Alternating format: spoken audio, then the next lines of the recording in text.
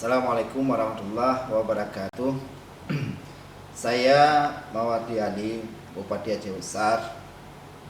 Pada kesempatan ini juga ingin mengklarifikasi tentang kasak kusuk tentang perluasan Banda Aceh ke wilayah Aceh Besar. Yang pertama, yang menjadi keheranan kita, kenapa setiap wali kota Banda Aceh itu selalu muncul keinginan dan syahwatnya untuk melakukan perluasan wilayahnya ke wilayah Aceh Besar. Padahal seperti mana kita ketahui bahwa istilah perluasan ini itu tidak dikenal dalam regulasi kita. Dalam undang-undang tidak diatur. Pada Undang-Undang Nomor 23 Tahun 2014 tentang pemerintahan daerah, di situ sudah jelas pada pasal 31 dan 32 itu menjelaskan bahwa pembentukan sebuah wilayah otonom itu hanya dilakukan pada dua cara.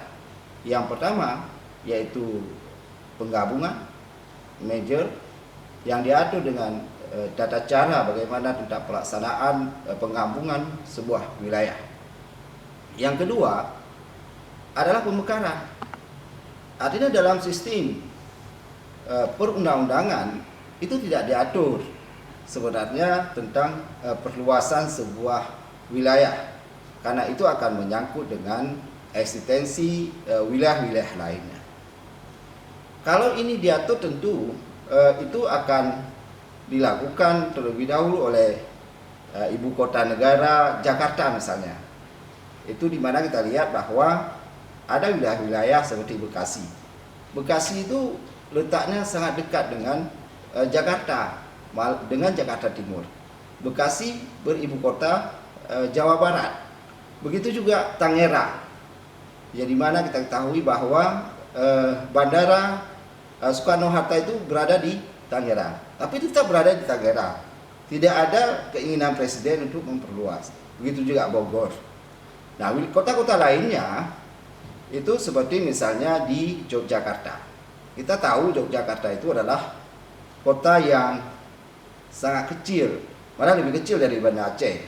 Itu luasnya lebih kurang 46 km persegi.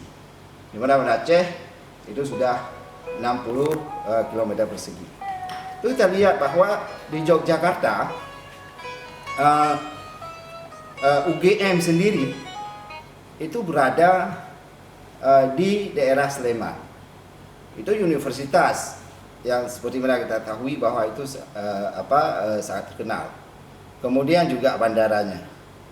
Jadi isu perluasan ini adalah hanya sebagai isu untuk membuat sebuah wacana yang tidak ada manfaatnya.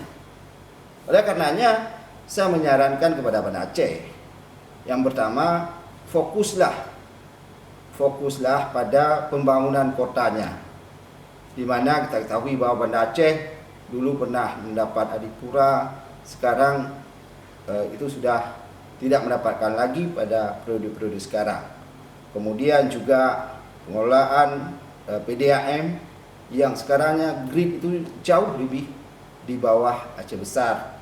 Kemudian juga pengelolaan sampah, di mana truk-truk pengangkutan sampah yang ke TPA Belam Bintang Aceh Besar itu juga tidak memenuhi standar atau tidak ditutup, sehingga membawa bau yang luar biasa ke wilayah Aceh Besar. Saya tidak tahu kenapa hal ini bisa dimunculkan, atau mereka menganggap apa yang mereka lebihkan dari Aceh Besar sehingga tidak menganggap eksistensi Aceh Besar. Apa yang diandalkan? Prestasi apa yang selama ini yang ada di Banda Aceh? Pora dulu juara umum Banda Aceh, sekarang Aceh Besar. Popda juga seperti itu. MTQ juga seperti itu. Jadi semuanya atau mengandalkan fiskal. Fiskal Aceh Besar itu dalam APBK tahun 2020 kita mengesahkan anggaran 2,1 triliun. Sementara Banda Aceh hanya mengesahkan 1,4 triliun. Jadi saya pikir Banda Aceh menginginkan wilayah Aceh besar itu adalah sesuatu yang sangat keterlaluan. Oleh karenanya, kalau ingin membangun, kalau seandainya membangun, bangunlah seperti kota-kota yang bagus. Kan bisa membangun berlantai. Jadi perluasan ke langit kan bisa. Kenapa harus ke Aceh besar? Kenapa harus luas? Kalau didasarkan pada jumlah penduduk, kepadatan penduduk, kenapa mereka juga ingin perluaskan ke daerah Aceh besar yang jumlahnya kepadatan penduduk juga seperti di Darul Imarah? Jadi kalau ingin membangun, bangunlah secara bersama. Kalau ini kita ingin membentuk sebuah kawasan yang terintegrasi. Karena memang ide, cita-cita para pendahulu Aceh besar, para pendahulu Aceh Raya membentuk kota Banda Aceh itu dengan luas yang demikian rupa. Yang mereka inginkan adalah supaya pembangunan Banda Aceh yang menjadi ibu kota provinsi bisa bersama-sama dengan Aceh besar sebagai daerah penyangga. Bukan justru memperluas seperti ini, sehingga membuatlah kegaduhan di dalam masyarakat. Nah, oleh karenanya kita berharap pada Banda Aceh, ya, kita menginginkan yang pertama kita bangun secara terintegrasi, di mana Banda Aceh sebagai ibu kota provinsi yang juga sekaligus dulu sebagai ibu kota Aceh besar, itu Aceh besar sebagai penyangganya, kita maju bersama. Saya pernah juga berdiskusi dengan wali kota Banda Aceh. Dia menginginkan bahwa perluasannya ke Aceh besar. Saya pernah tanya ke beliau, untuk apa? Kalau ingin membangun fasilitas-fasilitas publik, seperti misalnya membangun hotel, membangun apa-apa, ya silakan membangun di Aceh besar.